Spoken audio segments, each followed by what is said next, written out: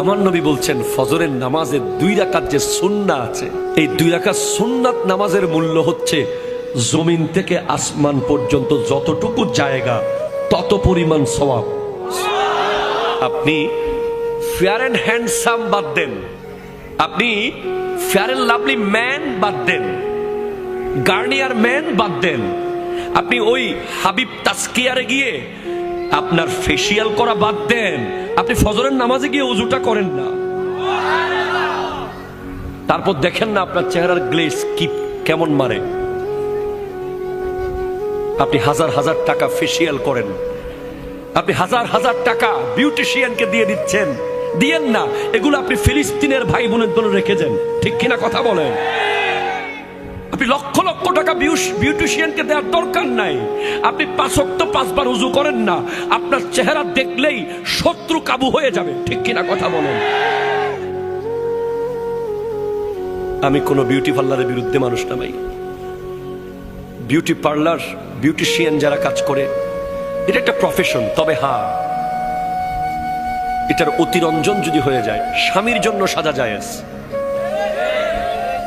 এর বাইরে আপনারা যা করেন, আমাদের মা বোনরা এই এলাকায় মহিলা আসেনি না, সব চলে গেছে? আছে। আমার মা বোনেরা যেই পরিমাণ সাজে মেহেদি অনুষ্ঠানে যাওয়ার সময়, আগে পুরুষরা তেমন বিউটি পার্লারে যেত না, এখন পুরুষরা আরো বেশি। কালকে না পরশু দেখলাম একটা খেড়ি মাসাজ করতে গিয়ে রক্সিরি কাইতে পড়ে গেছে, ঠিক কিনা কথা কন? সাবধান, সতর্কতার কোনো মায়ের নাই। আপনার সেলুনে গিয়ে ওই মানুষটাকে দিয়ে আপনার মাথা মাসাজ করাইতে হবে না। সায়েন্স বলছে আপনি জাস্ট অন টাইম নামাজ পড়েন, আপনার মাথা মাসাজ সিজদায় হয়ে যাবে। কথা জোরে বলেন না, ঠিক কিনা? আপনি সেলুনের ওই মানুষ, ওই ভাইকে আর 10-20 টাকা 50 টাকা এমনি দিয়ে দেন, এতে কোনো অসুবিধা নেই। কিন্তু আপনি মাথা মাসাজ, ঘেড়ি মাসাজ, রক পিট মাসাজ যেগুলো করান সেলুনে গিয়ে, এগুলো সব কিছুর সমাধান একটা প্যাকেজে আছে, নামাজের ভিতরে আছে। অ্যাকর্ডিং টু সায়েন্স, আপনি যদি পারফেক্টলি নামাজে দাঁড়ান, শোনেন, যখন আমরা আল্লাহু আকবার বলে এভাবে হাত তুলি, আছে না? নাই? আবার অনেকে তো হাত তুলে এভাবে, এর দূর দূরে যাওয়ার দরকার কি? কাছের তো কাছে যাই, এটা তো কাছে, কাছের থেকে কাছে মারে দিই। এর দূর দূরে আসলে তো বহুত দূর, প্রায় 3-4 কিলোমিটার দূরে আসতে হইতেছে। এটা করবেন না, পারফেক্টলি এখানে আসবেন অ্যাকর্ডিং টু সায়েন্স। আমি পড়ে বলছি আপনাকে, গবেষণা করে বলছি। কিতাবের নাম হলো সুন্নাতে মুস্তাফা এন্ড জাদিদ সায়েন্স। লেখকের নাম তারেক মাহমুদ চুইগাত। উনি গবেষণা করে লিখছেন, বিশ্বের কিছু অনেকগুলো বিজ্ঞানী গবেষণা করেছে নামাজ নিয়ে। যখন একজন বান্দা এভাবে হাত তুলে এখানে আঙ্গুল লাগায়, তখন তার 2 আঙ্গুলের সাথে কানের সাথে লেগে একটা বিদ্যুৎ আয়ন হয়, এবং এসে যখন নাভিতে হাতটা রাখে, নাভিতে পুরুষ হাত বাঁধা, এটা বিজ্ঞানসম্মত। গোটা শরীরের অসংখ্য সেল যেগুলো অলরেডি ঝিমিয়ে গেছে, ঘুমিয়ে গেছে সেল, এখানে আমাদের শরীরে লক্ষ কোটি সেল আছে। নামাজে যখন আপনি আল্লাহু আকবার বলে নাভিতে হাত রাখবেন, পুরুষরা সাথে সাথে গোটা শরীরের হাজার হাজার লক্ষ লক্ষ ঘুমন্ত সেল অ্যাক্টিভ হয়ে যাবে। আর যখন আপনি শুরু করে দেবেন, আলহামদুলিল্লাহি রাব্বিল আলামিন আর রহমানির রহিম মালিকি ইয়াউমিদ্দিন ইয়্যাকা না'বুদু ওয়া ইয়্যাকা নাস্তাঈন ইহদিনাস সিরাতাল মুস্তাকিম সিরাতাল লাযীনা আন'আমতা আলাইহিম গায়রিল মাগদুবি আলাইহিম ওয়ালাদ-দাল্লিন।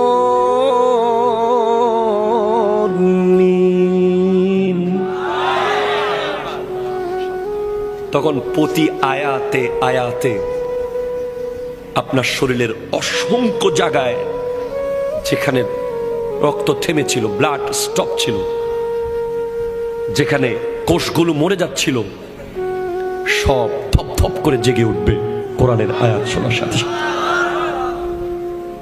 এজন্য যে সমস্ত মা বোনেরা নামাজ পড়ে ওদের সন্তান, আর যে সমস্ত মা বোনেরা নামাজ পড়ে না ওদের সন্তান, দুই সন্তানের মধ্যে আকাশ আর পাতাল বেশ কম থাকবে।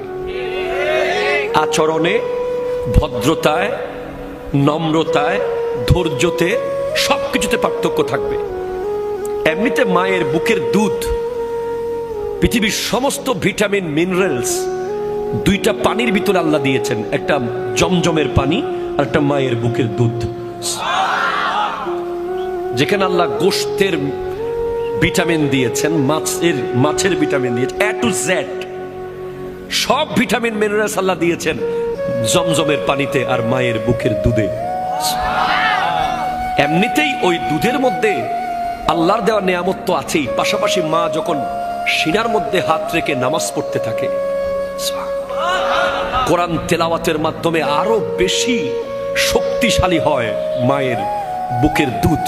ওই দুধ যখন সন্তান পান করে ওই সন্তান আল্লাহর ওলি হয়ে যায়। ওই সন্তান জগতের শ্রেষ্ঠ ব্যক্তিত্ব হয়ে যায়। ওই সন্তান সমাজ সেবক হয়। ওই সন্তান ধৈর্যশীল হয়। যে সমস্ত মারা নামাজ পড়ে পড়ে সন্তানকে দুধ পান করায়। আব্দুল কাদের জিলানী রহমতুল্লাহ আলাইহি, ওনার মা ওনাকে পেটে রাখা অবস্থায় সব সময় কোরআন তিলাওয়াত করতেন, দুনিয়াতে আসার পরেও কোরআন তিলাওয়াত করতেন বলে আব্দুল কাদের জিলানী রহমতুল্লাহ আলাইহির একটা স্পেশালিটি হলো উনি মায়ের পেটে সেহেরি খেয়েছেন, দুনিয়াতে এসে ইফতার করেছেন। এটা আপনাকে মানতেই হবে ভাই, কারণ আমি এমন কিতাব থেকে বলছি বাহাজাতুল আসরার, যেটার দলিল সনদ অত্যন্ত মজবুত। সুবহানাল্লাহ জোরে পড়েন।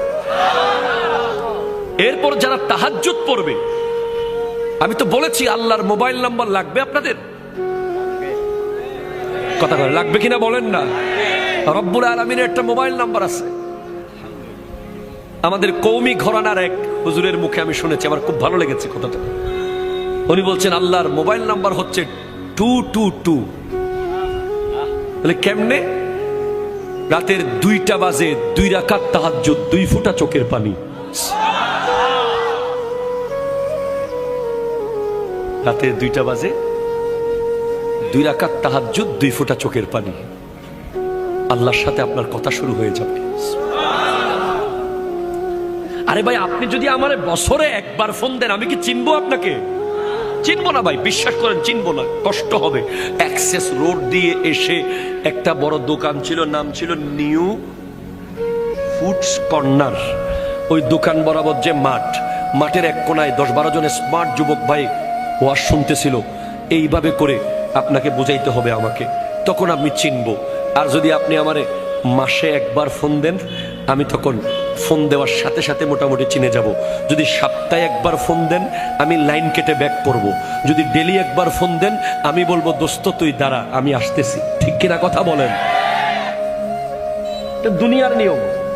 আপনি আল্লাহর সাথে ফজরে 4 রাকাত পড়েছেন, জোহরে 12 রাকাত পড়েছেন, আসরে 8 রাকাত পড়েছেন, মাগরিবে 7 রাকাত পড়েছেন, এশায় 15 রাকাত পড়েছেন।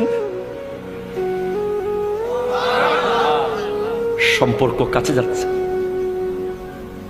রাত্রে দেখবেন আপনি ঘুমাইতে পারতেছেন না, ছট করে উঠে গেছেন 3টে বাজে, কে যেন আপনাকে ডাকছে। তাহাজ্জুদ পড়েছেন, বলেন আল্লাহ কি আপনাকে ওলি না বানিয়ে রাখবে? আয় বান্দা, আর থাকিস না, বন্ধু হয়ে যা। অ্যাকর্ডিং টু সায়েন্স সমাজের যে নেতা হবে কি হবে? জোরে কয় না কি হবে? মসজিদের যিনি সভাপতি হবে, এলাকার মহল্লার যিনি সর্দার হবে, যিনি দেশের শাসক, সমাজের শাসক, ইউনিয়নের শাসক, জেলার শাসক, উপজেলার শাসক, অ্যাকর্ডিং টু সায়েন্স তাকে তাহাজ্জুদ গুজার বান্দা হওয়া উচিত। ঠিক কিনা বলেন? তাহাজ্জুদ নিয়ে গবেষণা করেছে আমেরিকার একদল বিজ্ঞানী। তারা বলছে এটা কি সিস্টেম, রাতের মাঝরাতে ঘুম থেকে উঠে যাওয়া, এটা কি শরীরের জন্য কোনোভাবে ভালো হতে পারে? তখন তারা এক দলকে ঘুম পাড়িয়ে রেখেছে আর এক দলকে ঘুম থেকে তুলে দিয়েছে তাহাজ্জুদের টাইমে, দুইটা দল। পরে দেখা গেছে যারা তাহাজ্জুদের টাইমে ঘুম থেকে উঠে যায় তাদের ডিসিশন নেওয়ার ক্ষমতা সবচেয়ে বেশি অ্যাপ্রোপ্রিয়েট হয়। আমার নবী 63 বছর জিন্দেগিতে আমাদের 63,000 বছরের কাজ করে গেছেন। ঠিক কিনা বলেন না? কেমনে পারলেন? হ্যাঁ, উনি নবী, ওনাকে আল্লাহ ক্ষমতা দিয়েছেন, কিন্তু আমার নবীজির জন্য তাহাজ্জুদ ফরজ ছিল। একটা মানুষ যখন তাহাজ্জুদ পড়বে সে কোনোদিন লাইফে রং ডিসিশন নিতে পারবে না। তার ব্যবসা লস হয়ে যাবে, সে সুইসাইড করবে না। হাজারো মেয়ে তাকে ছেড়ে চলে যাবে, সে হাত কেটে ফেলবে না। কথা বলেন ঠিক কিনা? তার সম্পদ নষ্ট হবে, সন্তান মারা যাবে, তার লাইফে যতই ঝড় আসুক, তাহাজ্জুদের মজা একবার যে পেয়েছে। সমাজে যে সিদ্ধান্ত নেওয়ার মিটিং হলে 100 জন তাহাজ্জুদ ছাড়া নামাজ যে সিদ্ধান্ত দেবে ব্যক্তি, আর একজন তাহাজ্জুদ পড়ে নেওয়ালা ব্যক্তির সিদ্ধান্ত ওই 100 জনের চেয়ে বেশি নিখুঁত হবে। আমাদের সমাজের এখন লিডার যারা হয় তারা তো তাহাজ্জুদ তো দূরের কথা, কথা কয় না। ঠিক কিনা? কথা কয় না। এজন্য নেতৃত্বে যারা থাকবে তাদের তাহাজ্জুদ পড়া দরকার, যাতে তারা সিদ্ধান্ত দেওয়ার সময় জনগণের কল্যাণে, দেশের কল্যাণে, সমাজের কল্যাণে সিদ্ধান্ত দিতে পারে। ঠিক কিনা? কথা বলেন। নামাজ আপনি পড়ছেন না, আপনি নামাজ পড়ছেন না, আমি অবাক হয়ে যাচ্ছি। আপনি নামাজ কেমনে পড়ছেন না? আপনি কি জানেন না একটা সিজদা না করার অপরাধে কি শাস্তি পেয়েছে শয়তান? কয়টা সিজদা? জোরে কর না, কয়টা? তাও আল্লাহকে না, আল্লাহর নবী আদম আলাইহিস সালামকে। একটা সিজদা করে নাই, অহংকার করেছে, বিনিময়ে জান্নাত থেকে আল্লাহ বের করে দিয়েছে তাকে। কিয়ামত পর্যন্ত লানত প্রাপ্ত শয়তান। পৃথিবীর এমন কোন জায়গা নাই যেখানে সে সিজদা করে নাই আল্লাহকে, কিন্তু আল্লাহর কথা মতো একটা সিজদা না করার অপরাধে যদি সে এমন শাস্তির শিকার হয়, আপনি তো জানেন না প্রতিদিন 17 রাকাত হচ্ছে ফরজ নামাজ, 17 দুগুণ 34টা সিজদা। এগুলো কাকে করতে বলা হচ্ছে? আল্লাহ নিজেকে করতে বলছেন। হাইয়া আলাস সালাহ, হাইয়া আলাল ফালাহ। হ্যাঁ বলছে, হ্যাঁ বলছে, আজকেও বলেছে। হ্যাঁ, আজকে 17ই নভেম্বর অনেক ব্যবসায়ী এখানে আছে। ওই ওষুধের দোকানে যিনি ব্যবসা করেছেন ভালো করেছেন, কুলিং কর্নারে যিনি ব্যবসা করেছেন ভালো করেছেন, অনেকেই ব্যবসা করেছেন ভালো করেছেন। তবে আরেক দল ব্যবসায়ী এখানে আছে যারা আল্লাহর সাথে ব্যবসা করেছে, 17ই নভেম্বর ফুল লাভবান হয়েছে, এক বিন্দু লস করে নাই। ফজর পড়েছে, জোহর পড়েছে, আসর পড়েছে, মাগরিব পড়েছে, এশা পড়েছে, নফল পড়েছে, সুন্নাহ পড়েছে, আখিরাতের লাগেজে অনেক কিছু প্রবেশ করিয়েছে। আর যারা শেষ করে দিয়েছে, পড়ে নাই, খোদা কি কসম, কিয়ামতের আগে আর কোনোদিন আজকের 17ই নভেম্বর ফেরত আসবে না। যুবক ফেরত আনতে পারবা না আজকের ফজরের নামাজ, আর কোনোদিন ফেরত আনতে পারবা না। সারা জিন্দেগি সিজদা করলেও আজকের ফজরের নামাজের অন টাইম পড়ার যে নিয়ামত, এটা তুমি আর কোনোদিন পাবা না, কোনোদিন পাবা না। নবীজির সাহাবারা যদি একক নামাজ জামাত ছুটে যেত, আরে সিদ্দিক আকবর যখন নামাজে দাঁড়াতেন, পাখি এসে বসে পাখি বিশ্রাম করে চলে যেত। পাখি কনফিউজ হয়ে যেত, উনি কি মানুষ না গাছ? সিদ্দিক আকবর রাদিয়াল্লাহু তাআলা আনহু একদিন মন খারাপ করেছে, মন খারাপ। আমার নবী জিজ্ঞেস করছেন, আবু বকর তোমার মন খারাপ কেন? বলে তোমার তো প্রথম তাকবীর মনে হয় ছুটে গেছে নামাজে। কারণ সিদ্দিক আকবরের জীবনে কোনো রেকর্ড নাই যে ইমামের পিছে উনি প্রথম তাকবীর ছেড়েছেন, এমন কোনো রেকর্ড নাই। কখনো গিয়ে রুকুতে গেছেন জামাতে, কখনো সিজদাতে, এমন রেকর্ড নাই। ওনার লাইফে প্রত্যেকটা নামাজ উনি ইমামের সাথে সাথেই নামাজের নিয়ত করেছেন। বলে ইয়া রাসূলুল্লাহ, আমার 40টা ওঠ হারিয়ে গেছে, কিন্তু নবী আমার কাছে নামাজের প্রথম তাকবীরের মূল্য হলো গোটা পৃথিবী পরিমাণ ওট যদি আমাকে মালিক বানিয়ে দেয়া হয়। আমাকে যদি কেউ বলে তুমি নামাজে 1 মিনিট পরে যাও, 1 মিনিট পর, 1 মিনিট পরে গেলে তোমার সমস্ত ওটগুলো বেঁচে থাকবে, আর 1 মিনিট আগে নামাজে গেলে তোমার ওটগুলো সব তুমি হারিয়ে ফেলবে। আমি আবু বকর পৃথিবী পরিমাণ ওট হারাতে রাজি, ইমামের পেছনে প্রথম তাকবীর আমি ছাড়তে রাজি না।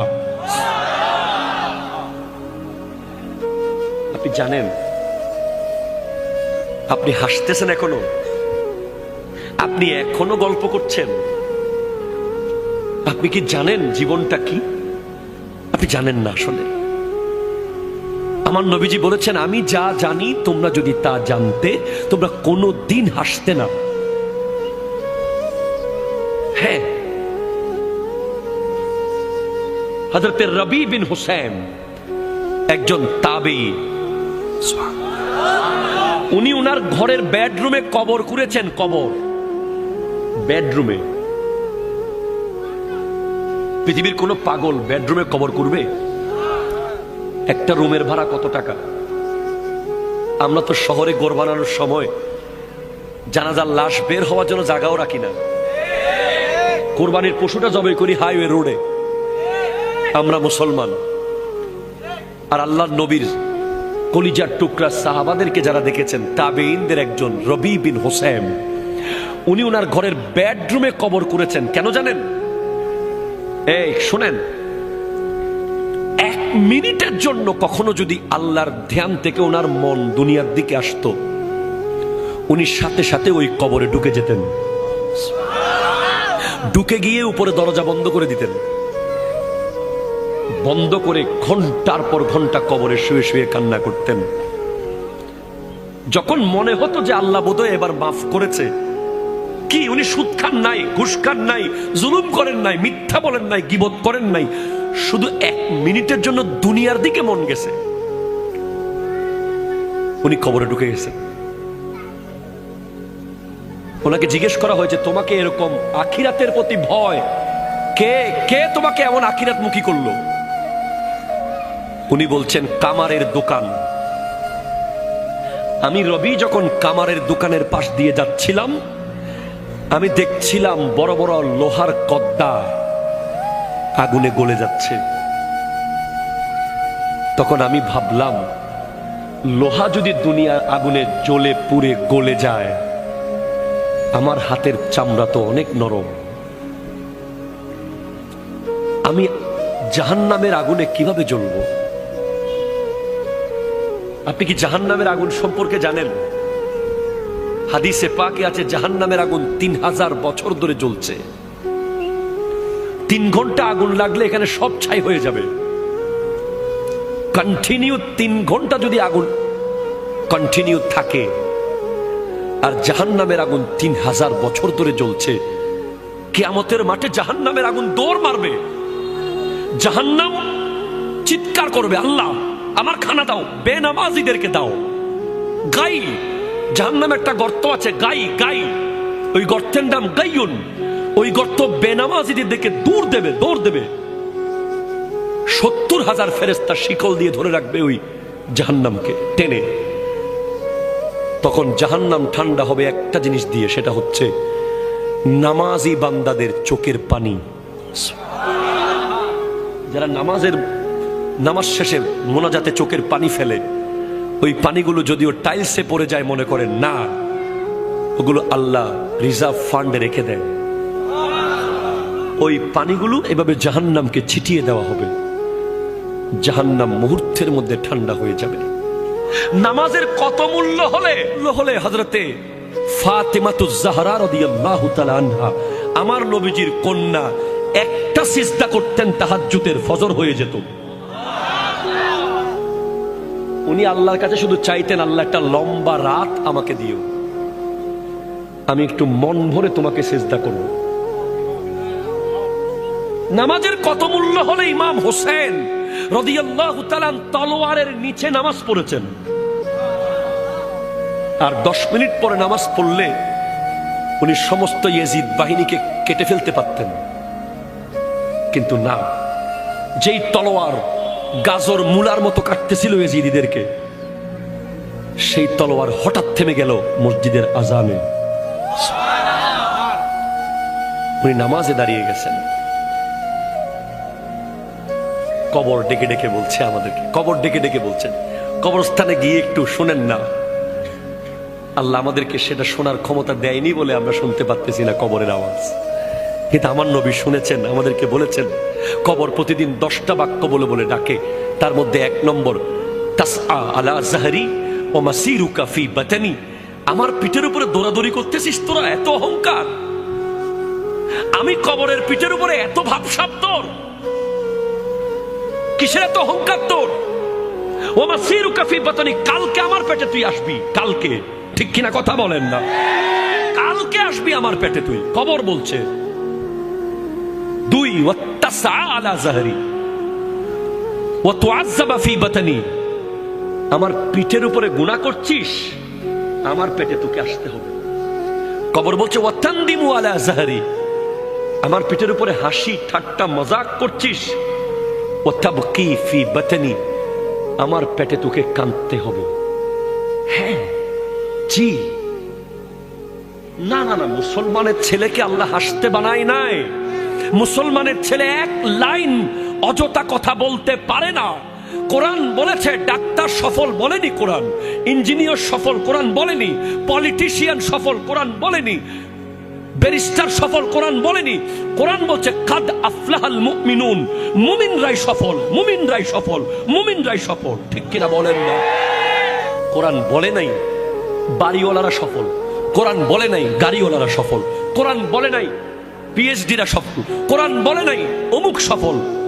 কোরআন বলেছে কাদ আফলাহাল মুমিনুন, মুমিনরাই সফল।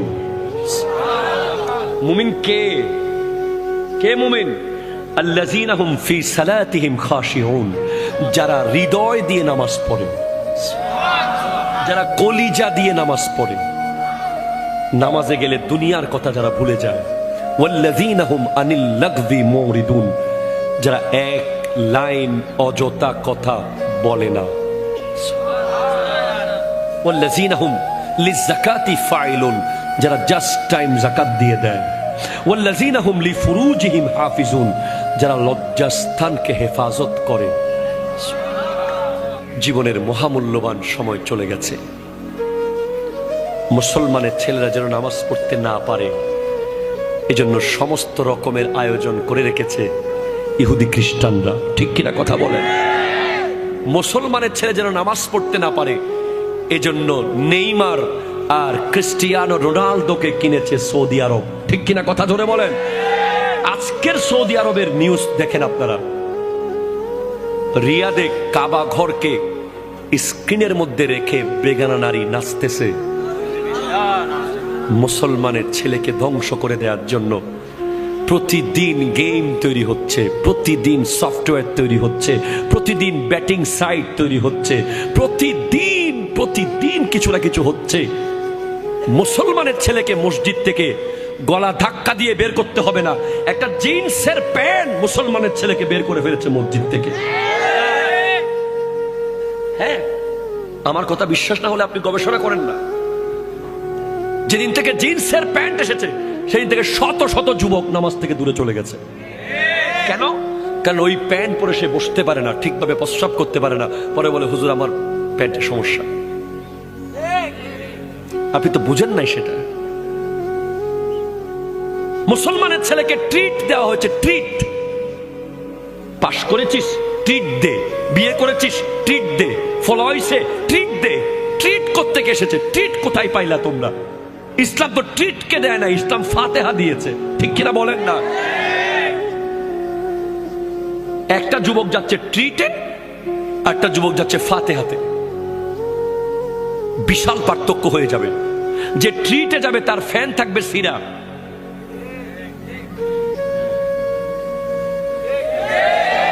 টাকা দিয়ে ছেঁড়া প্যান্ট মুসলমানের ছেলেরা কিনেছে, লজ্জা লেগেছে, লজ্জা, ঠিক কিনা কথা বলেন? মাথা হেট হয়ে গেছে। টাকা দিয়ে মুসলমানের ছেলে যখন ছেঁড়া প্যান্ট কিনে কিনে পরে, আমি নিজে ধোকা খেয়েছি একবার। এভাবে ধরে রাখছি আমার এক আত্মীয়কে হাত দিয়ে। সে বলছে কিভাবে ধরে রাখছেন? আমি তোমার প্যান্ট ছিঁড়ে গেছে, তাড়াতাড়ি যাও, বাসায় গিয়ে চেঞ্জ করে আসো। বলে না না না, এটা তো ফ্যাশন। কি করবেন বলেন? আজকে মুসলমানের ছেলের দরকার ছিল ফিলিস্তিনে গিয়ে যুদ্ধ করা, ঠিক কিনা কথা বলেন? আজকে দরকার ছিল সালাউদ্দিন আইয়ুবীর উত্তরসূরি হয়ে ওই ভারতে আমার নবীর বিরুদ্ধে যখন কথা বলেছে, ওই হিন্দু পুরোহিত মুসলমান যুবকরা সব মুম্বাইয়ে একসাথে হয়েছে। সেদিন সাংবাদিক জিজ্ঞেস করেছিল, আপকা ঘর कैसे चल रहा है, आपका संसार कैसे चल रहा है, आपका बाल बच्चा कैसे चल रहा है, आप सब तो मुंबई में आ गया।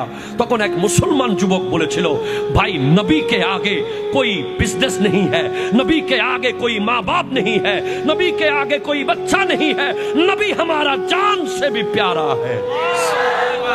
মোবাইলের চার্জ চলে গেলে যতটুকু টেনশন আপনি করেন, নামাজ ছেড়ে দিলে ততটুকু টেনশন করেন না কেন? কথা বলেন ঠিক কিনা? ফেসবুক লক হয়ে গেলে আপনার টেনশনে খাবার দাবার বন্ধ হয়ে যায়। আপনি আবার নবীর সামনে দাঁড়াতে পারবেন? আপনি আল্লাহর সামনে কেমনে দাঁড়াবেন? আল্লাহ তো আপনার পক্ষে গিয়ে ফেরেশতাদের বিরুদ্ধে গিয়েছিল। আল্লাহ বলছেন, ইন্নী জাইলুন ফিল আরদি খলিফা, আমি জমিনে আমার খলিফা বানাবো, মানুষ বানাবো। ফেরেশতারা বলছে, আতাজালু ফিহা মান ইউফসিদু ফিহা ওয়া ইয়াসফিকুদ দিমা, আপনি কাদেরকে বানাবেন? যারা জমিনে গিয়ে মারামারি কাটাকাটি করবে তাদেরকে? আল্লাহ বলছেন, না, ইন্নী আ'লামু মা লা তা'লামুন, আমি যা জানি তোমরা তা জানো না। তো আজকের দিনে আপনি যদি বেহায়াপনা করেন, আপনি রং তামাশা করেন, আপনি ইহুদিদের মতো যদি চুল কাটেন, কথা জোরে বলেন ঠিক কিনা? চুলের এদিকে ঘষা মারা, এদিকে আগা মারা, ওইদিকে মাথা মেরে দেওয়া, আনারস কাট, এগুলো মুসলমানের চুল নয়, এগুলো ইহুদিদের চুল। কথা বলেন ঠিক কিনা? হাত তুলে বলেন ঠিক কিনা বলেন। আপনি আগে মাথার চুল ঠিক করেন, তারপর ফিলিস্তিনের পক্ষে কথা বলেন। আপনার আপাদে মস্তক আপনি চেক করেন, ইহুদিদের কি কি আপনার ভিতরে ঢুকে গেছে। আপনি যেই নেইমার আর মেসিকে নিয়ে শত শত দিন বন্ধুর সাথে তর্ক করেছেন, সেই নেইমার আজকে কোথায়? সৌদি আরবে। আপনার আমার ফিলিস্তিনের ভাই বোনদের টাকা, আপনার আমার টাকা, ট্যালেন্ট টাকা, আল্লাহর দেওয়া টাকা, সেই টাকা আজকে নেইমারকে 5 স্টার হোটেলে রেখে সৌদি আরবকে ফুটবল শেখানো হচ্ছে। বিনিময়ে কি পেলাম? ফুটবলের মধ্যে এখন কালিমা। আপনি ইন্টারনেটে সার্চ করেন, মেড ইন চায়না ফুটবল বানাচ্ছে, শত শত বল যেখানে সৌদি আরবের পতাকা লাগানো আছে, লা ইলাহা ইল্লাল্লাহু মুহাম্মাদুর রাসূলুল্লাহ। ফুটবল তো আপনি জানেন লাঠির জিনিস, ঠিক কিনা? আর তর্ক করবেন আপনি? আপনি যেভাবে বন্ধু নিয়ে চিপস, কোক, স্প্রাইট, চনাচুর নিয়ে যেভাবে বিশাল এলইডি টিভিতে ফুটবল কোপা আমেরিকার ফাইনাল দেখতে বসেছিলেন, সেভাবে যদি একবার নিজের ঘরে কোরআন তেলাওয়াত করতে বসতেন, আপনি ওলি আল্লাহ হয়ে যেতেন, ঠিক কিনা কথা বলেন? বসেন নাই, বসেন নাই। আপনাকে আল্লাহ বলবে, শেষ কথা, আমার শেষ কথা। আল্লাহ বলবে, তুই ঢাকা যাওয়ার সময় 3 ঘন্টার ভিতরে সব প্রস্তুতি নিতে পেরেছিস, গামছা, লুঙ্গি, ব্রাশ, টুথপেস্ট, টিকিট সব 3 ঘন্টায় রেডি। তুই দুবাই যাওয়ার সময় 3 দিনে সব প্রস্তুতি নিয়েছিস। আর আমি আল্লাহর সামনে আসার জন্য তোকে 90 বছর টাইম দিয়েছিলাম, তোকে 70 বছর টাইম দিয়েছিলাম।